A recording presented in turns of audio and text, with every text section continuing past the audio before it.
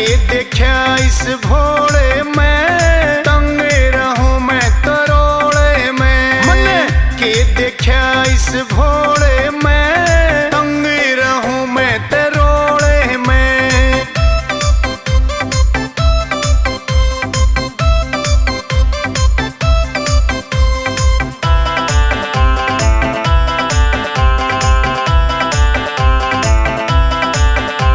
न करता कुछ भी ख्याल मेरा, कर रखा कति बुरा हाल मेरा, कर रखा कति बुरा हाल मेरा।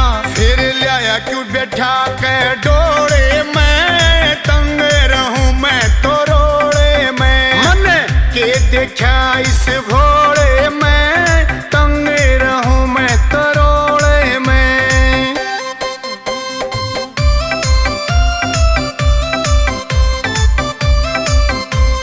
सारा दिन तू खाए जास बैरी गोला भांग का, मेरी गैल्या लड़स भोले लाड़ा से तू सांग का।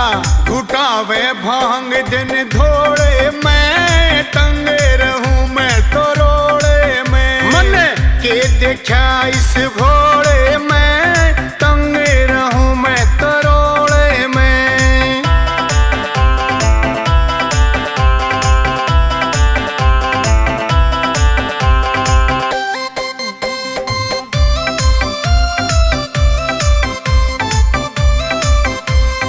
माने ना तू एक मेरी, बढ़ती जावे डिमांड तेरी।